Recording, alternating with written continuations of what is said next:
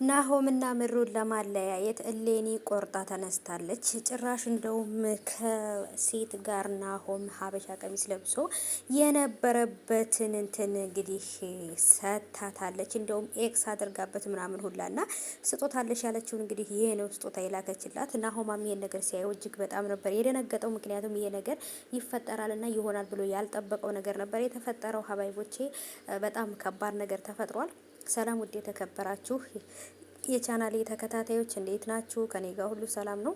ሰላማችሁ ብዝት ትርፍ ይበልልኝ ባላችሁበት ውድ ቤተሰቦቼ። ለዚህ ቻናል አዲስ ከሆናችሁ ሰብስክራይብ አድርጋችሁ ቤተሰቡን ነባሮች ዌልካም ዌልካም ብያለሁ ውዶቼ፣ የኔ ውዶች፣ የኔ ማሮች። ቻናሉን ሰብስክራይብ አድርጉልኝ፣ ቪዲዮንም ላይክ አድርጉ ማለት ነው ውዶቼ። እና እንግዲህ ዛሬ በድጋሚ በጽናት ድራማ ላይ ተመልሰን መጥተናል። የተፈጠረው ነገር እንግዲህ እጅግ በጣም ከባድ ነው።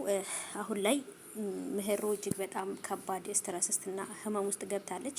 ከበፊትም ታውቃላችሁ ምሩ እጅግ በጣም ከባድ የልብ ህመምተኛ ናትና የሆነ ነገር በሰማች ቁጥር ትደነግጣለች፣ ራሷንም እየሳተች ትወድቃለች። እና ይህም ነገር ደግሞ የተፈጠረው እንግዲህ በተለይ በምትወደው በምትሳሳለት ሁሉ ነገሯ በሆነው በናሆም በባሏ ነው የመጡባትና በጣም ከባድ ነው እውነት ለመናገር። ሌኒ አሁን ላይ እያደረገች ያለችውን ነገር በኋላ ላይ መስዋዕት እንደሚያስከፍላት በጣም ትልቅ ችግር ውስጥ እንደሚከታት ታውቃለች። ግን ደግሞ የመጣው ነገር ይምጣ እንጂ ይሄን ነገር አልተውም። ናሆም ለኔ ካልሆነ ለምህሩም አይሆንም።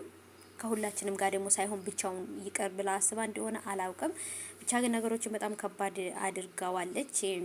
ናቲ ጨበርዬን ወይንም ሊናን ጋብዟታል። ሽቶም ሁሉም ነገር በቃ እሷን ለማስደሰት የሚያደርገው ነገር ሁሉ ለእሷ እንደሆነ ስለተረዳች እንግዲህ እሷም ሁሉ ነገር ተቋቁማ ከአቅሙም በላይ ደግሞ ስጋ ጥብስ ቅቅል ሳትል በቃ ፓስታ በአትክልት ነበር ያዘዘችው። ምክንያቱም ታውቃለች በኋላ ላይ ሊያስከፍላት እንደሚፈልግ ማለት ነው። ምክንያቱም በኋላ ላይ ብር ካነሰው በቃ አንቺ ክፈይ በኋላ ላይ እኔ ከፍልሻለሁ ነው የሚላት። ከሷ ነው የሚበደረው።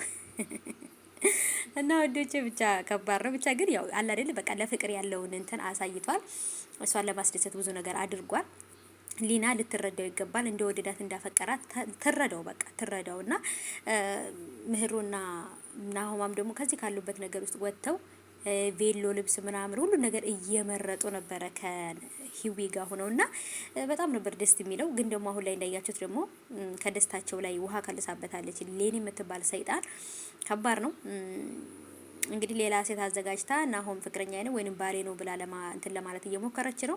ይሄ ሁሉ ስራ እንግዲህ የሌኒ እንደሆነ እየታወቀ ነው። ባይ ጋይሶችዬ ኪራም እንግዲህ ከድርጅቱ ጋራ ከዛኛው ድርጅት ጋር ተፈራርሟል። የተወሰነ ቀብድ ምናምን እንትን እያለ ነው። በጣም ነው ደስ የሚል ያለው ሁኔታ። ጆከርና ሰኒም ከዚህ በፊት ታስታውሱ ከሆነ የሆነ ከገጠር የመጣ ከክፍለ ሀገር የመጣ ሰው እስር ቤት ውስጥ ተዋውቆ ነበረ። ወደ ሀገሩ ከተመለሰም በኋላ ደግሶ እንግዲህ ሊቀበለው ነው ወይንም ደግሞ እዛ ሂዶ ሊያስተናግደው ነው ያንኛው ማለት ነው። እና በጣም ደስ ይላል። አንዳንድ ጊዜ የገጠር ሰው በነገራችን ላይ ውለታ የሚረሳ ሰው አይደለም። በጣም አሪፍ ሰው ነውና ውዶቼ የሁሉ ነገር ዛሬ ላይ በናሆምና በምሩ ላይ የሆነ ያለው ነገር ሁሉ ይቀየራል። ሁሉም ነገር ይስተካከላል። ሰኒና ጆከርም ክፍለ ሀገር ሄደው ዘና ፈታ ብለው በአሪፍ ሁኔታ ተስተካክለው ወይም አይምሯቸውን አድሰው ይመለሳሉ። ሶሲም እዛ ቤት ትወጣለች። ምህር ጽናትና ኪራም ደግሞ አንድ ላይ በሰላም በፍቅር ይኖራሉ ብዬ አስባለሁኝ። ከዚህ በኋላም የጽናት ድራማ ለማለቅ ትንሽ ስለቀረው ማለቂያው ደግሞ እጅግ በጣም ደስ የሚል መጨረሻ ስለሚኖረው ምህሩና ናሆም የሚጋባሉ። እዛ ጋም ደግሞ ብዙ ነገሮች አሉና እነዚህ ነገሮች ለማየት ደግሞ ተስፋ መቁረጥ የለብንም። የጽናትን ድራማ ሙሉ ለሙሉ መከታተል አለብን። አለ አሁን ላይ አዴ ማነው ዳጣ ድራማም አለ፣ ምሳሌም አለ። በጣም ብዙ ተወዳጅ ድራማዎች እየመጡልን ነው።